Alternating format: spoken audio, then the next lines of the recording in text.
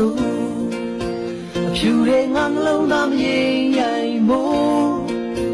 ရှောက်တဲ့လမ်းတိုင်းဖြောင်းတအောင်စဉ်းစားမိသမျှညီမျှအောင်စာနာတတ်သောလူသားတယောက်ဖြစ်ခြင်းရဲ့လူတွေကိုငါခွင့်လွတ်တာလာတဲ့ခါတည်းမျောနေသလောက်မဖြစ်ပေမဲ့အမြဲတမ်းရှုံးပေးနေတဲ့ငါကိုချမ်းနေပြီးဟာတိုက်လောင်းအောင်မလားခဏရဲ့ရှိသောလူသားတယောက်ဖြစ်ခြင်းရဲ့တကယ်ဆိုရင်လူဘဝလူတော်ငါပါလေ